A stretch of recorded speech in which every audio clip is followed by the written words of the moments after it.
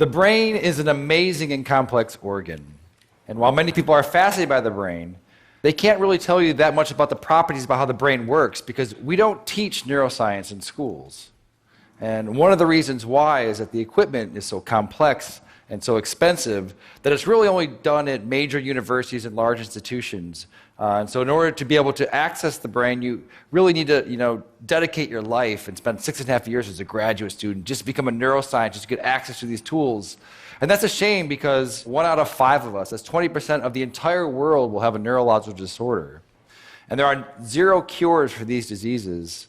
And so it seems that what we should be doing is sort of reaching back earlier in the education process and sort of teaching students about neuroscience, and so that in the future they may be thinking about possibly becoming a brain scientist. And so when I was a graduate student, my lab mate Tim Marzullo and myself decided that, what if we took this complex equipment that we have for studying the brain and made it simple enough and affordable enough that anyone, an amateur or a high school student, could learn and actually participate in the discovery of neuroscience. And so we did just that. A few years ago, we started a company called Backyard Brains, and we make DIY neuroscience equipment. And I brought some here tonight, and I want to do some demonstrations. You guys want to see some? All right. All right, so I need a volunteer. So right before, what is your name? All right, Sam. I'm going to record from your brain. Have you had this before? No. Okay. All right. I need you to stick out your arm for science. Roll up your sleeve a bit. All right. And so what I'm going to do, I'm putting electrodes on your arm, and you're probably wondering, I just said I'm going to record from your brain. What am I doing with your arm? You have about 80 billion neurons inside your brain right now. They're sending electrical messages back and forth and chemical messages.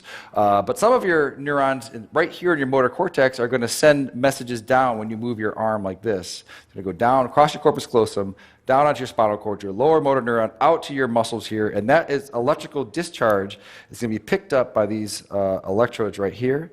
And we're going to be able to listen to exactly what your brain is going to be doing. So I'm going to turn this on for a second. Have you ever heard what your brain sounds like? All right, let's turn it on. So go ahead, go ahead and squeeze your hand. All right, so what you're listening to, so this is your motor units that are happening right here. Okay, so let's take a look at it as well. So I'm going to stand over here. And I'm going to open up our app here. So now I want you to squeeze. Yeah, so right here, these are the motor units that are happening from her spinal cord out to her muscle right here. And as she's doing it, you're seeing the electrical activity that's happening here.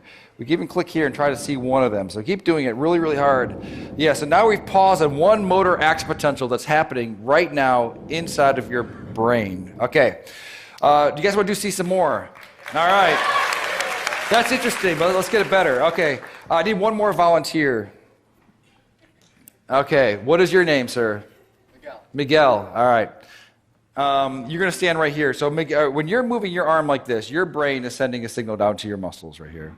I want you to move your arm as well. All right, so your brain is going to send a signal down to your muscles. And so it turns out that there is a nerve that's right here that runs up here that innervates these 3 fingers.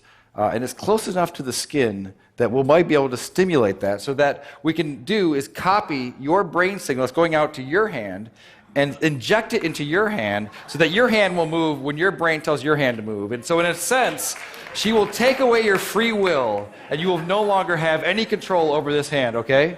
You with me? All right, so I just need to hook you up. All right, so I'm going to find your ulnar nerve, which is probably right around here.